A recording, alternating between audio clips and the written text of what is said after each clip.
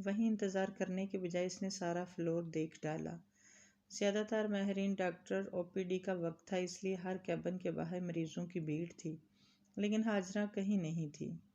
دوسرے سرے کو آخری کیبن سے وہ واپسی کے لیے مڑی، تب ہی سامنے لفٹ کا دروازہ کھلا۔ اسیر بہت فاصلے پر مگر سامنے تھا۔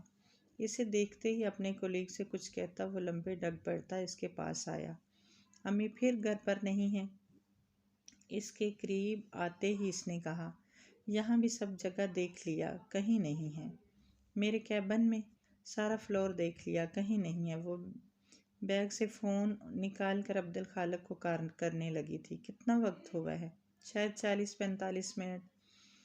آپ کیبن میں ویٹ کریں، میں دیکھتا ہوں۔ وہ اسے کہہ کر تیزی سے چلا گیا۔ فون پر بات کرتے ہوئے وہ اس کے کیبن میں آئی۔ اسیر داخلی دروازے کا CCTV فوٹیج دیکھ کر واپس آیا تو وہ چھوٹی سی جگہ میں ٹہل رہی تھی۔ وہ یہاں نہیں آئی، پھر کہاں گئی؟ اس کا چہرہ اس بری طرح متغیر ہوا کہ اسیر کو لگا وہ غش کھا کر گر جائے گی۔ آپ بیٹھ جائیں۔ نہیں، وہ باہر جانے لگی تھی۔ میں بھی چلتا ہوں۔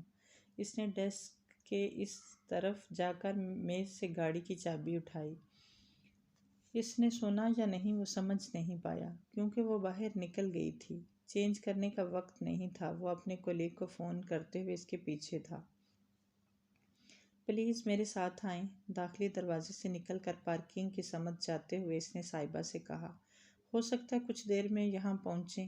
صاحبہ کو خیال آیا، میں نے کہہ دیا، ہمیں فوراً اطلاع مل جائے گی۔ پھر 3 گھنٹے گزر گئے مگر کوئی اطلاع نہ ملی۔ حاجرہ ملی، گھر کے آس پاس دیکھا، رکشہ سٹینڈ پر جا کر تلاش کیا، اسپتال کے رستے میں ڈھونڈا مگر کوئی نتیجہ نہیں نکلا۔ تایا جان کے گھر بھی سب کو خبر ہو گئی تھی۔ وہ اور رباب بھی آ گئی۔ عبدالخالق نے اقبال چودھری کو بھی فون کر کے بلا لیا تھا اور ان کے مشورے پر اب پولیس اسٹیشن جانے اور ان کی تصویر دینے اور اعلان کی باتیں ہونے لگی تھیں۔ وہ مسلسل روئے جا رہی تھی۔ تب ہی اسیر کے فون پر اسپتال سے کال آئی کہ وہ وہاں ہے۔ عبدالخالق، اقبال چودھری اور تایا جان اسیر کے ساتھ انہیں لینے اسپتال گئے۔ وہ ان کے ساتھ بے حال سی گھر پہنچی، انہیں کھانا کھلایا، کپڑے تبدیل کروائے اور دوائیاں دیں تو وہ سو گئی۔ ان سے پوچھنے پر کوئی تسلی بخش جواب نہیں مل رہا تھا۔ اسپتال سے ہی تفصیل کا علم ہوا، رکشہ والا انہیں کسی اور پرائیویٹ اسپتال میں چھوڑ آیا تھا، جہاں وہ ڈاکٹر سبحان کا پوچھتی رہیں۔ وہ نہ اپنا ایڈریس بتا رہی تھی اور نہ کسی کا فون نمبر، ایک ہی رٹ تھی کہ ڈاکٹر سبحان سے ملنا ہے۔ بہت دیر بعد کسی کو خیال آیا تو دیگر اسپتال اور کلینک میں فون کر کے ڈاکٹر سبحان کا دریافت کرنے لگے اور آخر اسیر کے اسپتال سے جواب ملا کہ اس پیشنٹ کو یہاں بھیج دیں۔ جہاں انہیں دیکھ کر سکون ملا تھا، وہیں ان کی اس نئی ضد اور حرکت نے حد درجہ تشویش بھی پیدا کر دی تھی۔ ارباب نے انہیں زیادہ دیر سلائے رکھنے کا مشورہ دیا۔ وہ پہلے ہی انتہائی ڈوز پر ہیں، اس سے زیادہ نہیں کیا جا سکتا، اسیر نے کہا۔ وہ کچھ اور سوچ رہا تھا۔ مجھے یہاں آئے کچھ دن ہی ہوئے ہیں اور فی الحال میرا قیام ہاسپٹل کی طرف سے دی گئی ٹیمپریری اکوموڈیشن میں ہے، لیکن مجھے جلد اپنے لیے رہائش کا انتظام کرنا ہے۔ اگر یہاں آس پاس کہیں کوئی کرائے کا مکان مل جائے تو میں ان سے روز ملنے آ سکتا ہوں۔ اس طرح وہ میری تلاش میں گھر سے باہر نہیں نکلیں گی۔ بیٹا، یہ آپ کا مسئلہ نہیں ہے، آپ اتنا تردد نہ کریں، عبدالخالق نے کہا۔ تردد کیسا انکل؟ اور آنٹی کا یہ پرابلم میری وجہ سے ہی ہے۔ بالکل، دروازے میں کھڑی صاحبہ کے دل نے تائید کی۔ سب کی طرح آپ بھی ہاتھ جھٹک دیتے تو یہ سب نہ ہوتا، اس نے سوچا۔ باہر والا کمرہ کسی کے استعمال میں ہے؟ تایا جان نے پوچھا۔ نہیں، اگر آپ مناسب سمجھیں تو یہیں اس کمرے میں رہ سکتے ہیں۔ کیوں؟ عبدالخالق یہاں؟ اس کا پیشہ، رتبہ، حلیہ، اعلیٰ کار کچھ بھی اس متوسط طبقے کے گلی محلے میں رہنے کے قابل نہیں تھا۔ کوئی مسئلہ نہیں؟ تایا جان نے پوچھا۔ مسئلہ نہیں ہوگا، یہ عام سا کمرہ، اور مجھے یہاں رہنے میں کوئی مسئلہ نہیں انکل، مجھے کہیں تو رہنا ہے اور میرا زیادہ وقت ہاسپٹل میں گزرتا ہے، صرف 1 دن آف ہوتا ہے، اس لیے اس نے مسکراتے ہوئے کہا تھا۔ وہ یہاں رہنے پر تیار تھا، تایا جان اور اسیر کے اسرار پر عبدالخالق کو ماننا پڑا اور یوں وہ باورچی خانے کے سامنے والے کمرے میں منتقل ہو گیا۔ نورن خالہ سے وہ اس کی صفائی کرواتی رہتی تھی اور فان ریسٹورنٹ بیٹے اور شہری بیٹی کا سوچ کر عبدالخالق نے پہلے ہی اس کمرے کو ان کی ضروریات کے مطابق کر رکھا تھا۔ ہاجرہ کی خوشی کی انتہا نہیں تھی۔ یوں تو وہ زیادہ تر دوائیوں کے زیر اثر رہتی تھی، کم ہی بات کرتی تھی، پھر بھی بیٹے کی موجودگی نے اس پر اچھا اثر ڈالا تھا۔ جس رات وہ دیر سے آتا اس کی اگلی صبح ناشتہ ہاجرہ کے ساتھ کرتا تھا۔ دوپہر کا کھانا اس نے کبھی گھر پر نہیں کھایا، کبھی بھی رات کے کھانے پر وہ چاروں میز پر ہوتے تھے۔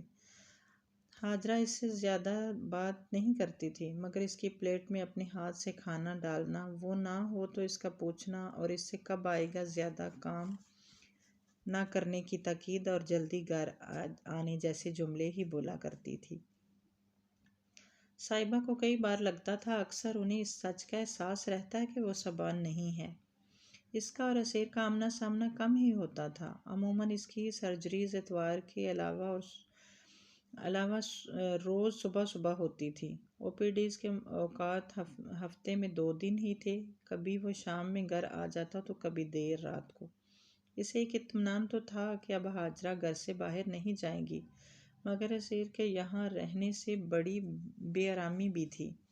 حالانکہ ان کے آپس میں کوئی خاص بات نہیں ہوئی تھی، اسیر پورا خیال رکھتا تھا وہ اس کے آنے سے پہلے جیسے رہتی تھی اس کے معمول میں خلل نہ پڑے۔ وہ کمرے میں ہوتا بھی تو عبدالخالق کے آنے یا ان کے آواز دینے اور بلانے پر ہی باہر نکلتا تھا۔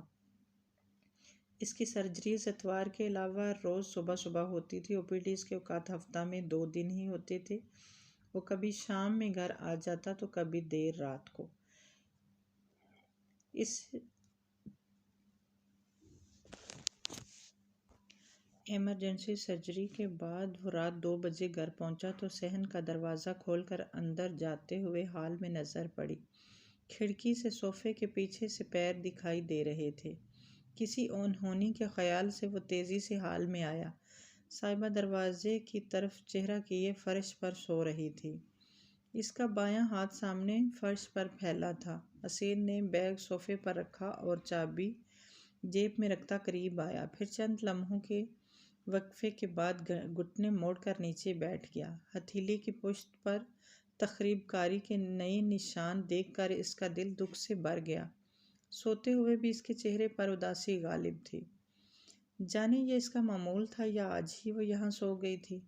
کچھ دیر اسے جگائے یا نہیں کی کشمکش کے بعد وہ کھڑا ہو گیا۔ اس گہری نیند کو توڑنا کسی صورت درست نہیں تھا۔ لائٹ بند کر کے نائٹ بلب لگانے اور اسے چادر اڑانے کا خیال بھی اس نے رد کر دیا۔ اپنے کمرے کا آرام چھوڑ کر اس طرح یہاں وہ جانے کس جذبے کی تسکین کے لیے آئی تھی۔ جو بھی تھا اسے لگا اس راز میں کوئی اور بھی شریک ہو چکا ہے، یہ بات اسے اچھی نہیں لگے گی۔ وہ سب کچھ یوں ہی چھوڑ کر اپنے کمرے میں چلا گیا۔ اسے جو سوال پریشان کرتا تھا اگلے دن اس نے عبدالخالق سے اس کا جواب پوچھ ہی لیا، جو عین اس کے اندازے کے مطابق تھا۔ وہ رات کو گھر آیا تو دروازے پر ہی ہاجرہ کی تیز آواز سنائی دی، آپ اس سے کہہ دیں شکل نہ دکھایا کرے مجھے۔ کھانے کے بعد وہ ان کی دواؤں کا ڈبہ لے کر آئی۔ وہ اچانک بگڑ گئی تھی۔ تم ابھی چلو اندر۔ وہ اٹھانے کی کوشش کر رہے تھے۔ آپ جانتے ہیں نا یہیں تھی وہ، پھر کیوں اسے گھر میں رکھا ہے؟ وہ اٹھنے کو تیار نہیں تھی۔ ہاجرہ کمرے میں چلو، دیکھو دوائی کا وقت نکلا جا رہا ہے، پہلے آپ اسے کہیں یہاں سے جائے۔ عبدالخالق نے بے بسی سے جان سے پیاری بیٹی کے لیے اپنی بے بسی انہیں بہت شرمندہ کرتی تھی۔ وہ آنسو پیتی سست قدم سے دروازے کی سمت جانے لگی۔ ہاجرہ اٹھ گئی۔ وہ اسے لیے کمرے میں چلے گئے۔ دروازے سے باہر نکلتے ہی وہ اسے دیکھ کر ٹھٹک گئی۔ تنہا ذلیل ہونا زیادہ آسان ہے، اس نے سوچا۔ اسیر کچھ کہتا اس سے پہلے وہ واپس دروازے سے اندر چلی گئی۔ ہال اب خالی تھا۔ وہ بھی اپنے کمرے میں چلا گیا۔ عبدالخالق فجر پڑھ کے آنے کے بعد پھر سو جاتے تھے۔ وہ ان کے کمرے میں جاتے ہی دبے پاؤں باہر نکل گئی۔ جب گھر میں دم گھٹنے لگتا تھا تو وہ فیکٹری کے پیچھے والے پرانے رستے پر آتی تھی۔ جو اب زیر استعمال نہیں تھا، اس لیے سنسان ہوتا تھا۔ گلیوں کے بیچ اس نے یہاں کا شارٹ کٹ تلاش کر لیا تھا۔ گھر سے نکل کر کھلے آسمان کے نیچے کچھ دیر سانسیں بحال کر کے وہ آگے کا بوجھ ڈھونڈنے کو تازہ دم ہو جاتی تھی۔ اس کے کچھ دیر بعد جاگنگ کے لیے باہر نکلے اسیر نے اسے پیچھے سے پہچان لیا تھا۔ اتنی صبح کہاں؟ اسے گزشتہ رات کا واقعہ یاد آیا۔ وہ دبے قدموں سے اس کے پیچھے ہو لیا۔ وہ تنگ سی گلیوں سے گزر کر قدرے سنسان حصے میں ذرا دور چل کر اس رستے تک پہنچی تھی۔ آگے جانے کی بجائے دائیں مڑ کر وہ پیپل کے گھنے پیڑ کے نیچے پڑے پتھروں پر بیٹھ گئی۔ صبح کا اذن کا اجالا پھیلا تھا۔ صبح کاذب کا اجالا پھیلا تھا۔ سب کچھ دھندلا سا تھا۔ فضا میں دن کی ابتدائی مہک بکھری تھی۔ وہ اس کی طرف سے کسی انتہائی قدم یا حرکت کا منتظر تھا، مگر ایسا کچھ نہیں ہوا۔ کچھ دیر کے بعد وہاں سے اٹھ گئی اور اسے خبر کیے بغیر واپس گھر تک اس کے پیچھے آیا تھا۔ وہ دروازہ کھول کر اندر چلی گئی۔ تب وہ اپنے جاگنگ والے رستے پر ہو لیا۔ تائی امی اپنی بیٹی زینت کے ہمراہ ملنے آئی تھیں۔ وہ اس سے چند ماہ بڑی تھی۔ جب بھی میکے آئی ملنے ضرور آتی تھی۔ آج وہ اپنے 2.5 سالہ شرارتی بیٹے کو گھر ہی چھوڑ آئی تھی۔ اتوار تھا، اس لیے عبدالخالق اور اسیر بے گھر میں ہی تھے۔ چاچا جان، میری نند اپنے دیور کے لیے لڑکی تلاش میں ہے۔ کھانے کے بعد حاجرہ کی دواؤں کا وقت ہو گیا تھا، سو وہ انہیں لے کر کمرے میں جا رہی تھی، تب پیچھے سے زینت کی آواز آئی۔ آپ کی اجازت ہو تو میں انہیں صاحبہ کے لیے یہاں بلاؤں؟ عبدالخالق کو اس قسم کے سوال کا جواب دینا ہمیشہ مشکل لگتا تھا۔ جب تک صاحبہ شادی کے لیے رضامند نہیں ہو جاتی، کسی کا بھی آنا سود مند نہیں ہوگا۔ زینت بیٹا، کب تک اس پر چھوڑے رہیں گے؟ آپ خود ہی فیصلہ سنا دیں کہ اس سال یا آئندہ سال شادی کرنا ہے، پھر آنے والے رشتوں میں جو اسے پسند ہو وہاں کر دیں۔ میں اس پر کسی قسم کا دباؤ نہیں ڈالنا چاہتا، نہ ہی چاہتا ہوں وہ میرے زور دینے پر زبردستی کوئی فیصلہ کرے۔ چاچا جان، میں آپ کی بات سمجھ رہی ہوں، مگر آپ یہ بھی تو سوچیں، وقت ہاتھ سے نکلا جا رہا ہے۔ وہ شاید حاجرہ اور آپ کے تنہا رہ جانے کی وجہ سے کوئی فیصلہ نہیں کر پا رہی ہو۔ تائی نے کہا تو خیر خواہی کی یہ کوشش عبدالخالق کے شانے مزید جھکا گئی۔ بیٹی کو ہنستے مسکراتے دیکھنے کا خواہش مند باپ اس کی اداسی کے پیچھے اپنا چہرہ دیکھ کر کسی خارزار سے گزرتا تھا۔ یہ دوسرے نہیں سمجھ سکتے۔ آپ کہیں تو میں بات کروں ان سے؟ پرسوچ انداز میں انہوں نے سر ہلایا۔ وہ حاجرہ کے سو جانے کے بعد واپس آئی تو زینت اسے لے کر صحن میں آ گئی۔ اسے اندازہ تھا وہ اسے باہر کیوں لائی ہے۔ کچن میں چلو، وہاں بات کرتے ہیں، میرا کام بھی ہو جائے گا۔ اسے اسیر کی موجودگی کا خیال تھا۔ زینت کے کچھ کہنے سے پہلے ہی وہ باورچی خانے میں چلی گئی۔ اسے بھی پیچھے جانا پڑا۔ میں گول مول بات نہیں کروں گی صاحبہ۔ زینت کا اکلوتا سٹول کھینچ کر اس پر بیٹھ گئی۔ تم کچھ مہینے ہی چھوٹی ہو مجھ سے، اور ساری کزنز میں تم ہی بچی ہو شادی کے لیے۔ چچا جان تمہاری رضامندی کے لیے روکے ہوئے ہیں، تو بتاؤ تم کیوں اب تک نہ کر رہی ہو؟ وہ اس کی سمت پشت کیے۔ کچھ بھی چھپا نہیں تم سے۔ امی کی حالت سامنے ہے، ابو ظاہر نہیں کرتے، مگر وہ جسمانی، جذباتی اور ذہنی طور پر بہت کمزور ہو گئے ہیں۔ ایسے میں انہیں کیسے اکیلا چھوڑ دوں؟ چھوڑنے کا کون کہہ رہا ہے؟ چاچا جان اور چاچی جان نعمان بھائی یا لائبہ باجی کے پاس کراچی چلے جائیں گے۔ وہ یہ گھر اور شہر کبھی نہیں چھوڑیں گے۔ وہ جانتی تھی وہ دونوں یہ گھر کبھی نہیں چھوڑیں گے کہ کسی دن صبان لوٹا تو اسے یہ در کھلا ملنا چاہیے۔ حالات کے ساتھ سب کچھ سمجھوتا کرنا پڑتا ہے، میں نے بھی وہی کیا ہے۔ زینت، اس لیے تم میری شادی پر زور نہ دو، اس نے پلٹ کر مضبوط لہجے میں کہا۔ صاحبہ، تم کب تک اس واقعے کو دل سے لگائے بیٹھی رہو گی؟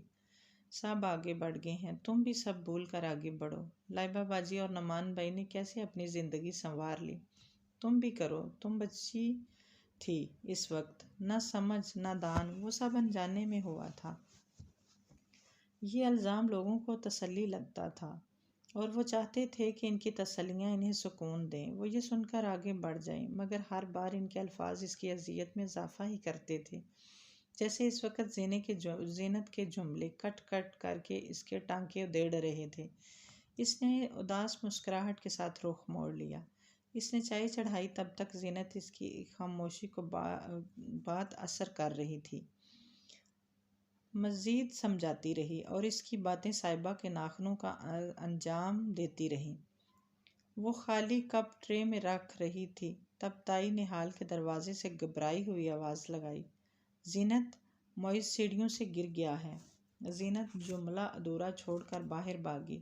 فون پر بات کرتے ہی وہ دونوں فوراً گھر جانے کو تیار ہو گئیں۔ ارباب بھائی سے قریبی کلینک لے جا رہے تھے۔ میں بھی چلتا ہوں۔ عبدالخالق کا گھبرائی پریشان دو خواتین کو تنہا بھیجنا مناسب نہیں لگا۔ ان کے جانے کے بعد وہ واپس باورچی خانے میں آئی۔ وہ چولہا بند کرنا بھول گئی تھی اور اب پک پک کر چائے نصف رہ گئی تھی۔ زینت کے جملے اب بھی اس کے آس پاس گونج رہے تھے۔ وہ سلیب کے کنارے پر ہاتھ رکھے کھول کھول کر رنگت بدل چکی چائے پر نظر جمائے کھڑی تھی۔ کمرے سے باہر نکل رہا اسیر ٹھٹک کر دروازے میں ہی رک گیا۔ وہ پھر بے خیالی میں بائیں ہتھیلی کی پشت کرید رہی تھی۔ اچانک اس نے ہاتھ روکا اور چائے کے برتن کا ہینڈل تھاما۔ اسیر کا دل چاہا آواز دے کے اسے متوجہ کرے، مگر وہ کچھ کرتا اس سے پہلے وہ ساس پین کا ہینڈل اٹھا کر سنک کی طرف بڑھی اور اس کا اگلا عمل ذہن میں آتے ہی اسیر پلک چپکتے ہی باورچی خانے میں آ کر چیخا، اسٹاپ! مگر دیر ہو چکی تھی۔ وہ کھولتی چائے بائیں ہاتھ پر انڈیل رہی تھی۔ اسیر نے ساس پین چھین کر سنک میں پھینکا اور کلائی پکڑ کر ہاتھ نلکے کے نیچے کر کے پانی ڈالنا شروع کیا۔ اس کے چہرے پر تکلیف کے آثار نہیں تھے، لیکن آنسو بہہ رہے تھے۔ اس نے ہاتھ چھڑانے کی کوشش کی۔ یہ ہاتھ ڈاکٹر کے ہاتھ میں ہے، اسیر نے سنجیدگی سے کہا۔ نلکا اور چولہا بند کیا اور یوں ہی اس کی کلائی تھامے اپنے کمرے میں لے آیا۔ بیٹھے ہی کمرے کی اکلوتی کرسی کے قریب لا کر اس نے حکم دیا۔ وہ بیٹھ گئی۔ اسیر نے اس کا ہاتھ اب بھی نہیں چھوڑا تھا۔ اسے ڈر تھا وہ پھر کھرچنے لگے گی۔ میز پر ہی فرسٹ ایڈ باکس رکھا ہوا تھا۔ اس نے ایک ہاتھ سے فرسٹ ایڈ باکس اٹھایا اور پنجے موڑ کر فرش پر بیٹھ گیا۔ وہ سر جھکائے آنسو بہاتی خاموشی سے اس طبیب کی حرکتیں دیکھ رہی تھی۔ زخم خشک کرنے کے بعد اس نے ہتھیلی اس کے زانوں پر رکھی، پھر کوئی آئنٹمنٹ سرخ جلے حصے پر لگایا۔ اس زخم ہی نہیں، پوری ہتھیلی کی پشت متاثر ہوئی تھی۔ شکر تھا اس وقت اس کے پاس آئنٹمنٹ تھا، مگر فائن میش گاز نہیں تھا۔ زخم پر ویسے اس کی ضرورت نہیں تھی، لیکن کچھ بعید نہ تھا اس کا ہاتھ پھر وہاں تک پہنچ جاتا۔ اس نے گہری سانس لے کر سر جھکائے بیٹھی صاحبہ کو دیکھا۔ آپ مجھے یقین دلائیں اس زخم کو چھوئیں گی نہیں؟ اس نے جواب دینے کی بجائے دائیں ہاتھ سے گال خشک کیے اور بایاں ہاتھ زانوں سے اٹھانا چاہا۔ اسیر نے پھر اس کی کلائی پر ہاتھ رکھا، ورنہ مجھے آپ کو ہاسپٹل لے جا کر اس کے ٹھیک ہونے تک وہاں ایڈمٹ کرنا پڑے گا۔ وہ سنجیدہ تھا۔ وہ اب بھی چپ رہی۔ خود کو روکتے روکتے بھی وہ پوچھ بیٹھا، کیوں کیا آپ نے ایسا؟ وہ چند ثانیے اسے دیکھتی رہی، پھر اچانک ہاتھوں پر ہتھیلی رکھ کر رونے لگی۔ کچھ دیر بعد اس نے پکارا، صاحبہ! اس نے سنبھل کر آنسو روکے اور ہتھیلی آنکھوں سے ہٹائی۔ وہ اس سے کھل کر بات کرنے کا ارادہ کر چکا تھا۔ ابو سے مت کہیے گا پلیز، اس نے التجا کی۔ یہ ان سے چھپ نہیں سکے گا۔ اسیر نے اس کی کلائی سے ہاتھ اٹھایا۔ آپ کچھ دن کام بھی نہیں کر سکیں گی۔ اس نے زانوں پر دھری ہتھیلی کی پشت کو دیکھا۔ میں کہوں گی غلطی سے گرم پانی گر گیا تھا۔ آپ بھی یہی یاد رکھیں۔ اس کی نئی فکر بانپ کر اسیر نے بات کرنے کا ارادہ ترک کر دیا۔ وہ کھڑا ہو گیا۔ ایک شرط ہے۔ اس نے میز پر رکھے بیگ سے دوائی کی سٹرپ نکالی۔ آپ کو آئنٹمنٹ کے ساتھ 2 وقت میڈیسن لینا ہوگی۔ ایک یہ ٹیبلٹ اور مزید 2 ٹیبلٹس، جو فی الحال میرے پاس نہیں ہے، میں بعد میں دیتا ہوں۔ اس نے سٹرپ اس کے سامنے کی، مگر وہ فوراً ہاتھ بڑھا کے لے نہیں سکی۔ وہ اس توجہ اور خیال کے قابل تو نہیں تھی۔ درد اور تکلیف میں تخفیف کبھی اس کا مقدر نہیں رہا تھا۔ یہ تو اسے زندہ ہونے کا احساس دلاتے تھے، سزا جاری رہنے کا احساس۔ پھر میں انکل سے سچ کہہ دوں گا۔ اس نے ہاتھ پیچھے کیا۔ نہیں، صاحبہ نے ہاتھ بڑھا کر اس کے ہاتھ سے اسٹرپ لے لی۔ میں ساری میڈیسن لوں گی۔ وہ کرسی چھوڑ کر کھڑی ہو گئی۔ گڈ۔ اسیر نے آئنٹمنٹ اٹھا کر اس کی سمت بڑھایا۔ اس نے لے لیا اور کچھ کہے بغیر چلی گئی۔ وہ پیچھے میز سے ٹیک لگائے اسے جاتے دیکھتا رہا۔ اس کے پہلے والی غلطی دہرانے کا کوئی فائدہ نہیں تھا۔ عبدالخالق 2-2.5 گھنٹے بعد واپس آئے۔ میز کو سر میں 2 ٹانکے لگے تھے۔ اسے ایک ہاتھ سے کام کرتے دیکھ کر انہوں نے پوچھا اور اس نے طے شدہ جھوٹی وجہ بیان کر دی۔ کچھ لگایا اس پر؟ جی، ڈاکٹر صاحب نے دوائی اور آئنٹمنٹ دیا ہے۔ رات کھانے کی میز پر اس نے قصداً بقیہ دوائیاں عبدالخالق کے سامنے اسے دیں۔ تینوں ٹیبلٹس 2 ٹائم لینا ہے اور آئنٹمنٹ 4-5 بار لگانی ہے۔ اسے گیلا نہ کریں، اس ہاتھ سے کوئی کام نہ کریں۔ دھیان سے کام کیا کرو۔ حاجرہ نے آپا نورن کو فون کر دیں۔ اس کا ہاتھ ٹھیک ہوتا ہے تب تک وہ کھانا بھی بنا دیا کرے گی۔ انہیں بیٹے کی فکر لاحق ہوئی تھی۔ صاحبہ کام نہیں کرے گی تو اسے وقت پر سب کچھ کیسے ملے گا؟ میں نے کر دیا ہے انہیں فون، صاحبہ نے کہا۔ توجہ سے کام کیا کرو۔ جی، اس کے لیے یہی خوشی کی بات تھی کہ اسیر کی آمد کے بعد سے وہ اس سے کبھی کبھار ایسے معمول کے انداز میں بات کر لیا کرتی تھی۔ نورن خالہ اسیر کے کمرے کی صفائی کے بعد ہر 2 دن میں مشین میں اس کے کپڑے دھویا کرتی اور وہیں اس کے کمرے میں رکھ بھی آتی تھی۔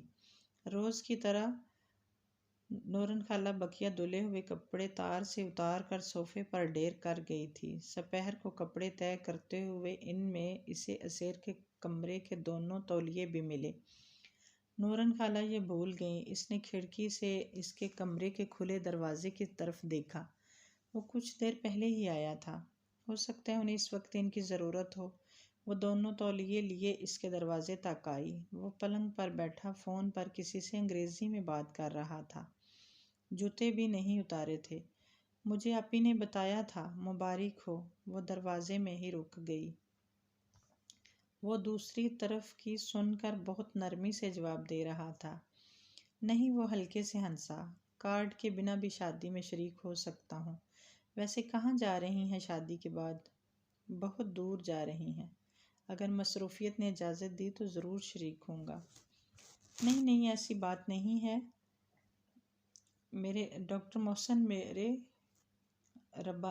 ڈاکٹر ربانی میرے محسن ہیں۔ یہاں جنرل سرجن کی اشد ضرورت ہے۔ کچھ مہینے کی بات ہے۔ میں ناراض نہیں سبرینا۔ میں چاہتا ہوں میں اور ہم سب مل کر سب ماضی بھول کر خوش رہیں۔ کچھ تعلقات کی عمر بہت مختصر ہوتی ہے۔ یہ بھی ایسا ہی تعلق تھا۔ میں واقعی خوش ہوں۔ آپ نے شادی کا فیصلہ کیا۔ بہت دعائیں اور نیک تمنائیں۔ وہ اچانک کھڑا ہو کر پلٹا۔ صاحبہ کو وہاں سے ہٹنے اور چھپنے کا موقع نہیں ملا۔ خیال رکھیے گا۔ بائے۔ اس نے فون بند کیا اور دروازے کے پاس آیا۔ نورن خالہ یہ بھول گئی تھی۔ اس نے دونوں ہاتھوں کے درمیان رکھے تولیے آگے کیے۔ آپ کا ہاتھ کیسا ہے اب؟ اس کی بائیں ہتھیلی اوپر تھی۔ اسیر تولیے لے لیے۔ ٹھیک ہے۔ میڈیسن پابندی سے لے رہی ہیں؟ کل بھول گئی تھی۔ اس نے جھوٹ نہیں بولا۔ میں سخت قسم کا ڈاکٹر نہیں اور آپ بہت لاپرواہ پیشنٹ ہیں۔ کیسے مینیج ہوگا ٹریٹمنٹ؟ یہ اچھا ہو گیا ہے۔ اس نے ہتھیلی دوپٹے میں چھپائی۔ یہ ڈاکٹر طے کرتا ہے، پیشنٹ نہیں۔ وہ پہلی بار نروس لگ رہی تھی۔ دکھائیں؟ اس نے حکم دیا۔ صاحبہ نے ذرا سے تعارض کے بعد ہاتھ آگے کیا۔ بے ترتیب اور ناہموار کناروں والا 2-2.5 انچ کا وہ دائرہ نما سا حصہ اس کے صاف گندمی رنگت سے زیادہ گہرا تھا۔ ہتھیلی کی پشت کا یہ حصہ ناخن سے بار بار کھرچنے، کریدنے اور خون رسنے والے زخم کو ہمیشہ ہرا رکھنے کی ساری کوششوں کا کامیاب ثبوت تھا، جس پر گرم چائے نے مزید ستم ڈھایا تھا۔ آبلے نہیں بنے تھے مگر وہ زخم ابھی بھی مکمل خشک نہیں ہوا تھا۔ یہ ابھی ٹھیک نہیں ہوا ہے۔ اس نے ہاتھ نیچے کر لیا۔ میں میڈیسن کا وقت یاد دلانے آپ کو کال کروں گا۔ یا آپ صبح میرے سامنے میڈیسن لیں گی؟ وہ سر اونچا کر کے اسے دیکھنے لگی۔ یہ سب اتنا ضروری کب سے ہو گیا تھا؟ پھر اسے یاد آیا، اس نے کہا تھا یہ ہاتھ ڈاکٹر کے ہاتھ میں ہے، میں خود ہی وقت پر لے لوں گی۔ اسے اس یقین دہانی پر یقین نہیں آیا تھا، مگر اس نے مزید کچھ نہیں کہا۔ اوکے۔ وہ پلٹ کر ہال میں آ گئی۔ سبرینا، اس نے دل میں دہرایا، خوبصورت نام ہے۔ صبح ہال میں آئی تو میز پر اخبار پھیلائے بیٹھا تھا۔ اس نے کافی کا مگ میز پر رکھا۔ Thank you. اس نے اخبار ایک طرف کر کے مگ اٹھا لیا۔ وہ جانے لگی تھی کہ اس نے پکارا، صاحبہ۔ وہ انگلیاں مروڑتی اسے دیکھنے لگی۔ بیٹھی۔ وہ جھکتے ہوئے اس کے سامنے والی کرسی پر بیٹھ گئی۔ وہ جھجکتے ہوئے اس کے سامنے والی کرسی پر بیٹھ گئی۔ باقی باتوں کے لیے میں آپ سے گزارش ہی کر سکتا ہوں، مگر ایز اے ڈاکٹر اس ہاتھ کے لیے آپ کو حکم دینے کا اختیار رکھتا ہوں۔ اس نے ہاتھ پھر دوپٹے کے اندر کر لیا۔ وہ پابندی سے ہاتھ کی پروگریس دیکھتا تھا، اس لیے وہ بھی خیال رکھنے لگی تھی۔ اب یہ ٹھیک ہے، جب تک یہ ڈارک سپاٹ باقی ہاتھ جیسا نہیں ہو جاتا اسے ٹھیک نہیں کہا جا سکتا۔ وہ جو کہہ رہا تھا وہ ناممکن تھا۔ ڈاکٹرز کا وعدہ لے کر ٹریٹمنٹ کی اجازت ہوتی ہے، میں آپ سے وعدہ لے لیتا ہوں۔ وہ سر جھکا گئی۔ یہ میڈیسن اور آئنٹمنٹ سے نہیں، آپ کی قوت ارادی سے ہی مٹ سکتا ہے، اور مجھے اپنی قوت ارادی پر بھروسہ نہیں۔ وہ اسے ایک ناکام مشقت سے باز رکھنا چاہ رہی تھی۔ پھر آپ وعدہ کر لیں۔ وہ کچھ دیر خاموش رہی، پھر آہستہ سے بولی، میں کوشش کروں گی۔ گڈ۔ وہ اٹھ کر جانے لگی تھی کہ اسیت نے کہا، آپ کافی اچھی بناتی ہیں۔ اس بالکل نئی بات پر اسے دیکھنے لگی۔ وہ مسکرا رہا تھا، اور اس دل فریب مسکراہٹ میں کوئی نئی بات تھی۔ صبح والی 2 سرجریز اینستھیسیٹک کی عدم موجودگی کی وجہ سے کینسل ہو گئی تھی، اس لیے وہ صبح سے ہاجرہ کے ساتھ ناشتے کی میز پر موجود تھا، اور وہ بے انتہا خوش تھی۔ وہ روز صبح صرف کافی پی کر چلا جاتا تھا، اور اس وقت اسے گھی والا پراٹھا اور آملیٹ کھلانے کے بعد ہاجرہ نے چائے کے مگ کے ساتھ دوسرا پراٹھا بھی اس کے آگے کیا تو اسے اس پر ترس آ گیا۔ امی، انہیں پراٹھے نہیں پسند۔ وہ مدد کو آگے آئی۔ ایک پراٹھا اس نے مروت میں کھا لیا ہوگا، مگر اب دوسرا ظلم ہوگا۔ تمہیں کہاں صبان کی پسند کا علم ہے؟ تمہیں کہاں صبان کی پسند کا علم ہے؟ انہوں نے برہمی سے گورا، پھر اس کی سمت دیکھ کر بڑے پیار سے کہا، تم کھاؤ بیٹا۔ وہ ایک اجنبی کو اپنا بیٹا مان چکی تھی، پھر بھی انہیں اس کا قصور، اس کا گناہ کیوں نہیں بولتا تھا؟ اس سے لگاوٹ اور شفقت سے بات کرتے ہوئے جب وہ اس سے لاتعلقی اور ناگواری سے بات کرتی تو اسے بہت دکھ ہوتا تھا، اور یہ اذیت پچھلی ساری تکالیف پر باری محسوس ہوتی تھی۔ امی، یہ تم جاؤ کچن دیکھو۔ انہوں نے اسے بری طرح جھڑک دیا۔ اسیر نے بے بسی سے اسے دیکھا، جس کی آنکھیں ایک دم لبالب ہو گئی تھیں۔ وہ تیزی سے باہر نکل گئی۔ یہاں رہنے کے فیصلے کے پیچھے اس گھر کے مکینوں کو تھوڑی آسانیاں اور کچھ سکون دینا اس کا مقصد تھا۔ ذرا دیر پہلے والی صورتحال کا اس نے تصور نہیں کیا تھا۔ اس نے بمشکل چائے اور پراٹھا ختم کیا اور ان سے اجازت لے کر کھڑا ہو گیا۔ آج پھر شام میں دیر مت کرنا، انہوں نے ماؤں والے حق سے تنبیہ کی۔ جی کوشش کروں گا، اس نے سعادت مندی سے کہا۔ ہال سے نکلتے ہوئے اس نے دائیں طرف دیکھا۔ وہ سنک کے قریب کھڑی برتن دھو رہی تھی، حالانکہ اس کام کے لیے کچھ دیر بعد نورن خالہ آنے والی تھی۔ پورا دن اس کی بڑی آنکھیں اس کے ساتھ تھیں۔ شام میں عبدالخالق کے آنے کے بعد وہ ضروری سامان لینے کے بہانے گھر سے باہر نکلی۔ گھر سے 2-3 گلیاں پار کرنے کے بعد اس کا رخ فیکٹری کے پیچھے والے راستے کی طرف تھا۔ اسے دل کھول کر رونے کے لیے بھی اتنی مشقت کرنا پڑتی تھی۔ دائیں طرف اپنے مخصوص پیڑ کی سمت بڑھتے ہوئے وہ ٹھٹک کر رک گئی۔ سامنے دیکھی والی سفید کار کھڑی تھی، اور قریب ہی جیبوں میں ہاتھ ڈالے اسیر ٹہل رہا تھا۔ اس کا دل کیا فوراً پلٹ جائے، مگر تب تک وہ اسے دیکھ چکا تھا۔ اسیر نے سیاہ چشمہ آنکھوں سے ہٹایا۔ دونوں اپنی جگہ خاموش کھڑے ایک دوسرے کو دیکھ رہے تھے۔ گرمی بہت ہے، اندر بیٹھیں۔ فاصلہ زیادہ تھا۔ بالآخر اسیر نے اونچی آواز میں کہا اور اگلا دروازہ کھولا۔ یہ اتفاق نہیں تھا۔ وہ کس ارادے سے آیا تھا؟ صاحبہ سوچتے ہوئے آگے آئی اور اگلی نشست پر بیٹھ گئی۔ دروازہ بند کر کے دوسری سمت میں وہ بھی اندر آیا۔ وہ ہینڈ بیگ گود میں رکھے ہاتھ اس پر جمائے بیٹھی تھی۔ صبح کے لیے سوری۔ آپ اتنا نہ سوچا کریں، وہ پراٹھے کبھی کبھار کھا سکتا ہوں، اس نے ماحول بدلنے کے لیے بشاشت سے کہا۔ آپ بھی اتنا نہ سوچیں، اس نے سر جھکا کے کہا۔ آپ کیوں اب تک خود کو بلیم کرتی ہیں؟ اس کی خاموشی پر کچھ دیر چپ رہنے کے بعد اسیر نے پوچھا۔ سب کی طرح اس نے تمہاری کوئی غلطی نہیں۔ جیسی تسلی ابتدا نہیں تھی۔ غیر ارادتاً ہی اوپر رکھے ہوئے ہاتھ کے ناخن بائیں ہتھیلی پر متحرک ہوئے اور اسیر نے اسے روکنے کے لیے ہاتھ بڑھایا۔ پلیز۔ اس کے ہاتھ کے قریب پہنچ کر اس نے اپنا ہاتھ روکا۔ صاحبہ نے دونوں ہاتھ دوپٹے کے اندر کر لیے۔ اسے سخت جواب دے کر وہاں سے چلے جانے کا خیال آیا۔ اس کی ان کے گھریلو معاملات میں دخل اندازی میں اور دلچسپی کی وجہ پوچھنے کا دل کیا۔ وہ اسے اس کے حال پر کیوں نہیں چھوڑ دیتا؟ سوال ابھرا۔ وہ غصہ آنے لگا، کفت نے گھیرا، جنجلاہٹ سوار ہوئی۔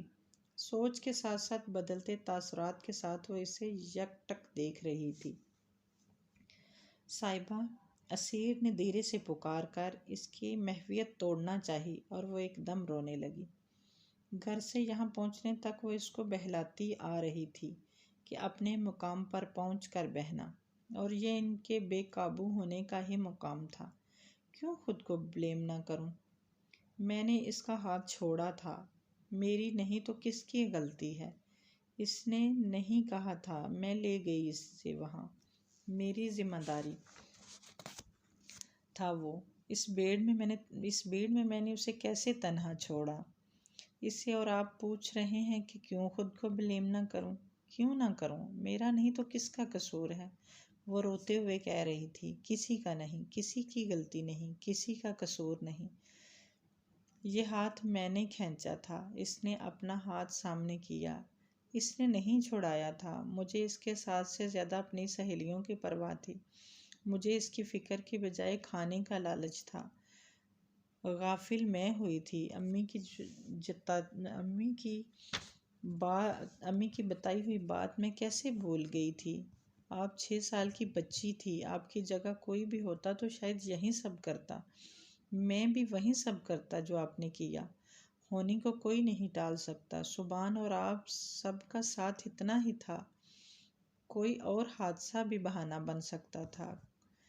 کوئی اور نہیں نا، وہ میں ہوں۔ اس نے اس درد بھری عاجزی سے کہا کہ اسیر کا دل سکڑا۔ آپ بس بہانہ تھی جو کوئی بھی ہو سکتا تھا۔ آپ اس حادثے کی مجرم نہیں، اس لیے یہ خود ساختہ سزا ختم کر دیں، اس نے نرم لہجے میں کہا۔ کیسے؟ آنسوؤں کے درمیان اس نے بے مشکل ایک لفظ کہا۔ خود کو یقین دلائیں کہ آپ بھی اس حادثے کی وکٹم ہیں۔ پیچھے رہ جانے والے بچھڑ جانے والوں جتنا ہی سہتے ہیں۔ بچھڑنے والے سب چھوڑ جاتے ہیں اور رہ جانے والوں کے لیے ان کے بنا سب چھوٹ جاتا ہے۔ اتنے سالوں میں یہ اس نے پہلی بار سنا تھا۔ میں خود کو یقین دلا بھی دوں تو سبحان کا خیال، اس نے سینے پر ہاتھ رکھا۔ میری بے قراری، میری بے چینی کا آپ اندازہ بھی نہیں لگا سکتے۔ کیا کیا خیال آتے ہیں، اور پھر یہ خیال کہ ایسا ہی سب کچھ امی ابو بھی سوچ رہے ہوں گے۔ مر جانے کو دل کرتا ہے، لیکن انہیں تنہا کرنے کا خیال مرنے بھی نہیں دیتا۔ اس کی آواز حلق اور آنکھوں میں آنسوؤں کی زیادتی کے سبب پھنس سی گئی تھی۔ وہ رک کر ذرا سا سنبھلی۔ اس لیے آپ ہمارے حالات اور اذیت کو سمجھتے ہیں، یہ غلط فہمی دور کر لیں۔ اس نے زندگی میں پہلی بار اتنی سخت اور دو ٹوک بات کی تھی۔ دونوں ہاتھ چہرے پر پھیر کر اس نے رخ کھڑکی کی سمت کر لیا۔ اسیر بھی ایک گہری سانس خارج کر کے بند کھڑکی سے باہر دیکھنے لگا۔ ایک لمبی خاموشی کے بعد اسیر نے پھر اس کی سمت دیکھا۔ کیسے خیال آتے ہیں؟ اس نے فوراً کچھ نہیں کہا، لیکن کچھ دیر بعد کھڑکی سے باہر دیکھتے ہوئے خود کلامی کے انداز میں کہنا شروع کیا، کہاں ہوگا اس وقت سبحان؟ اس کے ساتھ کیا ہوا ہوگا؟ 5 سال وہ معصوم کس کے ہتھے چڑھا ہوگا؟ کتنا رویا ہوگا وہ؟ جانے کب تک بھٹکتا رہا ہوگا؟ کتنا ڈرا ہوا ہوگا وہ؟ کتنا یاد کیا ہوگا اس نے ہم سب کو؟ بہت چیخا چلایا ہوگا۔ کسی نے اس کی آواز سنی بھی ہوگی یا نہیں؟ اسے بھی اندھیرے سے ڈر لگتا تھا۔ کسی نے اس کی مدد کی ہوگی یا نہیں؟ ہماری طرح پھر کس نے اس سے پیار کیا ہوگا؟ وہ پھر رونے لگی تھی۔ چلتے چلتے اس کی چپلیں ٹوٹ گئی ہوں گی، ہمت جواب دے گئی ہوگی۔ جانے کتنے دن تک وہ بھوکا ہوگا؟ اسے کسی نے پانی بھی دیا ہوگا یا نہیں؟ اسے غلط لوگوں نے پکڑا ہوگا تو کیسے ظلم ڈھائے ہوں گے اس پر؟ کیا وہ اس سے بھیک منگوا رہے ہوں گے؟ اس لیے تو وہ ہاتھ پیر توڑ دیتے ہیں، اندھا بہرا بنا دیتے ہیں۔ وہ کسی سگنل یا فٹ پاتھ پر کھلے آسمان تلے زندگی گزار رہا ہوگا تو اس کی آواز میں درد سے دراڑیں پڑ رہی تھی، آنسو بار بار راستہ روک رہے تھے، مگر وہ رک نہیں رہی تھی۔ کچھ مزدوری کے لیے بیچ دیتے ہیں، کتنے دام لگے ہوں گے؟ امی ابو کے جگر کے ٹکڑے کے اس کے معصوم اور ننھے ننھے ہاتھ بوجھ اٹھانے کے لیے تو نہیں تھے۔ کیا اب بھی وہ کسی کا غلام ہوگا؟ مالک کی مرضی سے اٹھنے بیٹھنے والا نوکر ہوگا، یا اسے چائلڈ ٹریفلنگ والوں نے اٹھایا تھا؟ وہ تو بچوں سے۔ اس نے گردن موڑ کر اسیر کو دیکھا۔ جب خیال آتا ہے کہیں وہ جنسی جرائم میں ملوث افراد کے پاس تو نہیں پہنچا، تب دوسرا خیال یہ آتا ہے اللہ کرے اس سے پہلے اس کی زندگی پوری ہو گئی ہو، وہ مر گیا ہو۔ وہ زار و زار رو رہی تھی۔ گوگل پر سرچ کرنے کی غلطی میں نے بہت پہلے کر لی تھی، اور تب سے میری سمجھ میں نہیں آتا اس کی زندگی کی دعا مانگوں یا اس کی موت کی۔ وہ سب پڑھ کر میرا دل کرتا تھا جنگلوں میں نکل جاؤں، کسی طرح ہوش و خرد سے بیگانہ ہو جاؤں، مجھے یہ سب بھول جائے، میری سوچنے سمجھنے کی صلاحیت مفلوج ہو جائے۔ جب یہ خیالات ایک بار شروع ہوتے ہیں تو پھر میرے قابو میں نہیں رہتے۔ جب یہ تواتر سے ذہن میں اترتے ہیں تو سانس بھی نہیں لی جاتی، دم گھٹتا ہے، پھر بھی موت نہیں آتی۔ یہ ایک ایسی تکلیف ہے کہ تکلیف موت کے دہانے تک لے جاتی ہے، پھر کھینچ کر واپس لے آتی ہے، اور پھر وہیں سب نئے سرے سے شروع ہو جاتا ہے۔ یہ اذیت میں اکیلی نہیں جھیل رہی، میرے ابو کو بھی تو گوگل نے وہی جواب دیے ہوں گے، اور میرے ابو۔ آنسوؤں کے سیلاب نے اس کی آواز سلپ کر لی۔ صاحبہ، ہو سکتا ہے وہ بھٹک کر کسی نیک آدمی سے ٹکرایا ہو، کسی بے اولاد جوڑے نے اسے اپنا لیا ہو، وہ پڑھ لکھ کر ایک کامیاب اور خوشحال زندگی گزار رہا ہو، کسی نامناسب جگہ سے اسے بچا لیا گیا ہو، ہاں وہ خود وہاں سے بھاگنے میں کامیاب ہو گیا ہو۔ یہ بھی ہو سکتا ہے دنیا میں اس کی عمر پوری ہو گئی ہو، وہ دنیا کے جھمیلوں سے آزاد اپنے دائمی سفر پر روانہ ہو گیا ہو۔ اگر ایسا نہیں ہوا تو بھی یہ دنیا ہے، وقت کے ساتھ یہاں سب سروائیو کرنا سیکھ جاتے ہیں، حالات نے اسے بھی مضبوط بنا دیا ہوگا۔ اچھا برا اس کے ساتھ جو بھی ہوا ہو، وہ اس کے ساتھ جینا سیکھ گیا ہوگا۔ اس کی اپنی دنیا ہوگی، عام لوگوں کی دنیا جیسی، جس میں دکھ سکھ آنسو ہنسی سب ہوتا ہے۔ شاید اسے پچھلا کچھ بھی یاد نہ ہو، وہ آپ سب کو بھول گیا ہو، جہاں بھی ہے خوش اور مطمئن ہے۔ سوچنا ہی ہے تو سب کچھ اچھا کیوں نہیں سوچتی؟ تصور کرنا ہی ہے تو خوش کن تصور کیوں نہ کریں؟ اس سے حقیقت تو نہیں بدلے گی۔ کیا ہے یہ حقیقت آپ جانتی ہیں؟ نہیں نا، کوئی نہیں جانتا سوائے سبحان اور مالک کے۔ باقی ہم سب فرض اور گمان ہی کر سکتے ہیں، یہی ہمارے اختیار میں ہے، تو سارے گمان اور خیال دل خوش کرنے والے اور سکون دینے والے کیوں نہ رکھیں۔ وہ اس نئی بات پر چپ رہی۔ پہلی بار کوئی ایسا انوکھا کچھ کہہ رہا تھا، برا اور دکھ دینے والا ہی کیوں نہ سوچیں۔ وہموں اور وسوسوں کو اچھے خیالات سے بدلنے کی کوشش تو کر سکتے ہیں نا۔ زندگی بھی تو ہماری ذمہ داری ہے، درد اور اداسی خود سے دور کرنے والی مشقت ہمیں ہی کرنا ہوتی ہے۔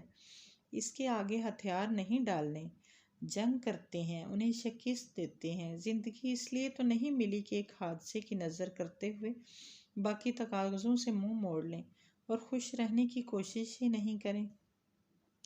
صرف حادثہ نہیں تھا، وہ میری وجہ سے نہیں، اس نے دھیمے مگر حتمی لہجے میں کہا۔ اس حادثے کی وجہ کوئی نہیں ہے، یہ کسی کی غلطی، کسی کا قصور، کسی کا گناہ نہیں ہے۔ آپ نے کچھ غلط نہیں کیا، سب سے پہلے یہ قبول کریں۔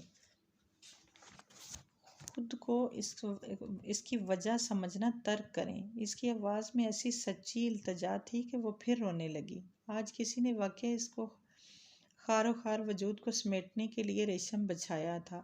اس کے الفاظ ہی نہیں، فکر سے چور آواز اور دل تک پہنچتا تریاک سا لہجہ کسی مہربان ابر سا اس پر برس رہا تھا۔ تب ہی بیگ میں رکھا اس کا فون بجنے لگا۔ وہ فون ریسیو کرنے کے قابل نہیں تھی اور اسیر کو اندازہ تھا کہ اسے عبدالخالق کے علاوہ کوئی اور فون نہیں کرے گا۔ اس نے آہستہ سے اس کی گود سے بیگ کھینچا۔ وہ بنا زپ والا بیگ تھا۔ اندر فون کی اسکرین روشن تھی۔ اس نے فون باہر نکالا۔ اسکرین پر ابو کالنگ جگمگا رہا تھا۔ وہ فون لے کر کار سے باہر نکلا اور دروازہ بند کر دیا۔ السلام علیکم انکل۔ وعلیکم السلام۔ وہ حسب توقع حیران ہوئے۔ آپ کے پاس صاحبہ کا فون؟ وہ مجھے رستے میں ملی، شاپ پر کچھ بھول گئی تھی، وہ لینے گئی تھی۔ اچھا، مجھے باہر جانا ہے، اس لیے اسے کال کی تھی کہ ذرا جلدی آ جائے، بس کچھ منٹ میں پہنچ رہے ہیں۔ فون بند کر کے وہ پھر اندر آیا۔ انکل کو کہیں جانا ہے؟ میں نے کہا آپ رستے میں مل گئی تھی۔ اس نے فون اس کی طرف بڑھا کر کہا۔ اس نے فون لے کر واپس بیگ میں ڈال لیا، دوپٹے سے چہرہ خشک کیا اور اس کی سمت دیکھے بغیر کہا گھر چلیں؟ اسے جو کہنا تھا وہ ابھی باقی تھا، مگر عبدالخالق کے فون کے بعد مناسب نہیں تھا کہ وہ مزید وہاں رکتے۔ اسیر نے کار اسٹارٹ کی اور ناہموار رستے پر آگے بڑھا دی۔ بیچ میں ایک دکان پر رک کر صاحبہ نے کچھ چیزیں خریدیں۔ کار رکتے ہی وہ دروازہ کھول کر باہر نکل گئی تھی۔ عبدالخالق کے کسی دوست کا ایکسیڈنٹ ہوا تھا، وہ اسے دیکھنے اسپتال جا رہے تھے۔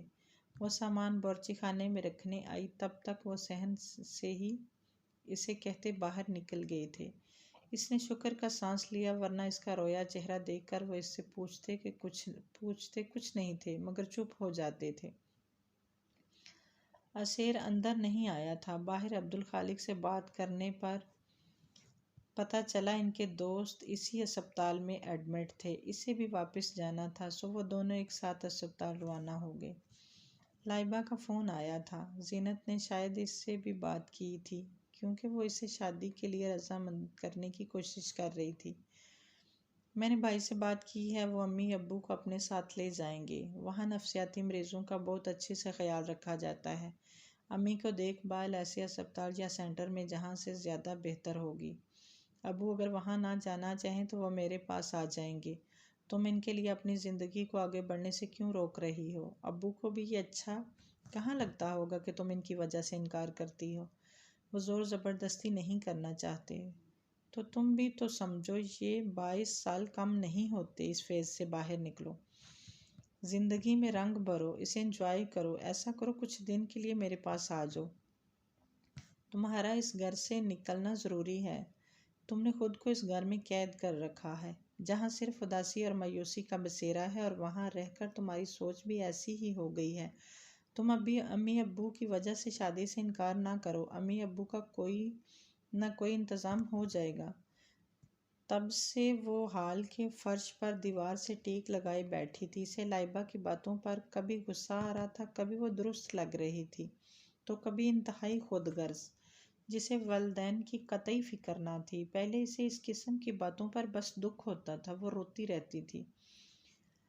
اس دفعہ کہ اسے غصہ بھی آ رہا تھا اور وہ ٹھیک بھی لگ رہی تھی۔ صحن کا دروازہ کھول کر اندر آئے اسیر کو کھڑکی سے وہ دکھائی دے گئی تھی۔ کل سے اب تک ان کے مابین کوئی بات نہیں ہوئی تھی۔ کچھ سوچتے ہوئے وہ کمرے میں جانے کی بجائے ہال میں چلا آیا۔ اسے دیکھتے ہی صاحبہ نے سامنے پھیلے پیر سمیٹے۔ وہ اٹھتی اس سے پہلے اسیر نے ہاتھ اٹھا کر اسے روکا۔ بیٹھی رہیں۔ جوتے اتار کر وہ بھی اس سے فاصلے پر دیوار سے ٹیک لگائے بیٹھ گیا۔ وہ بھی اس کی طرح دوزانوں بیٹھا تھا۔ بیگ اس نے بازو میں رکھ دیا تھا۔ آج آپ سوئی نہیں؟ اس نے گردن موڑ کر اسے دیکھا اور صاحبہ کا منہ کھلا کا کھلا رہ گیا۔ اس کھڑکی سے یہ دیوار نظر آتی ہے۔ وہ اندر آنے والی بات گول کر گیا۔ وہ کیا جواب دے سکتی تھی؟ سر جھکا لیا۔ کل ہماری بات مکمل نہیں ہوئی تھی۔ آپ کیوں ہم سب میں اتنی دلچسپی لیتے ہیں؟ اس کا جملہ کاٹ کر پوچھے گئے اس سوال کے لیے وہ تیار نہیں تھا۔ میں کیا کوئی بھی انسان؟ سچ کہیں، اس نے پھر قطع کلامی کی۔ اس کے پاس 20 سالہ تجربہ تھا۔ وہ یہ واحد شخص تھا جس نے علامتوں کی علامت اور مرمت کی بجائے نبض پر ہاتھ رکھا تھا۔ وہ دونوں کچھ پل گردن موڑے ایک دوسرے کو دیکھتے رہے، پھر اسیر نے سر سیدھا کرتے ہوئے نظر کا زاویہ بدلا۔ میں بھی ان لوگوں میں سے ہوں جو پیچھے رہ جاتے ہیں، مگر میری کہانی آپ سے بہت مختلف ہے۔ اس دن بھائی 12 گھنٹے کی ڈیوٹی کر کے آئے تھے، مگر پاپا کے پیر درد کی وجہ سے انہیں ڈرائیونگ سے روکنے کے لیے وہ خود ڈرائیو کر کے انہیں ایک ریلیٹیو کی شادی میں لے گئے۔ واپسی میں دیر ہو گئی اور پاپا کے اصرار کے باوجود انہوں نے پھر انہیں ڈرائیونگ سیٹ پر بیٹھنے نہیں دیا۔ رستے میں شاید کچھ سیکنڈ کے لیے انہیں نیند کا جھونکا آیا، اور جب موت طاق میں ہو تو پلک جھپکنے اتنا وقت بھی بہت زیادہ ہوتا ہے۔ ڈرائیونگ سے ٹکرا کر بے قابو ہوئی کار نے مما پاپا کے سفر کو آخری سفر بنا دیا۔ ہفتہ بھر زندگی اور موت کی جنگ جیت کر بھائی کو جب ہوش آیا تو اس نے ایک گہری سانس آزاد کی۔ دنیا بدل گئی تھی، ہماری ہفتہ بھر پہلے ہی اور ان کی ہفتہ بھر بعد۔ پہلے وہ بے یقین سے تھے، پھر اس حقیقت کو تسلیم کرنا پڑا۔ وہ ٹوٹ گئے، بکھر گئے، پھوٹ پھوٹ کر روئے۔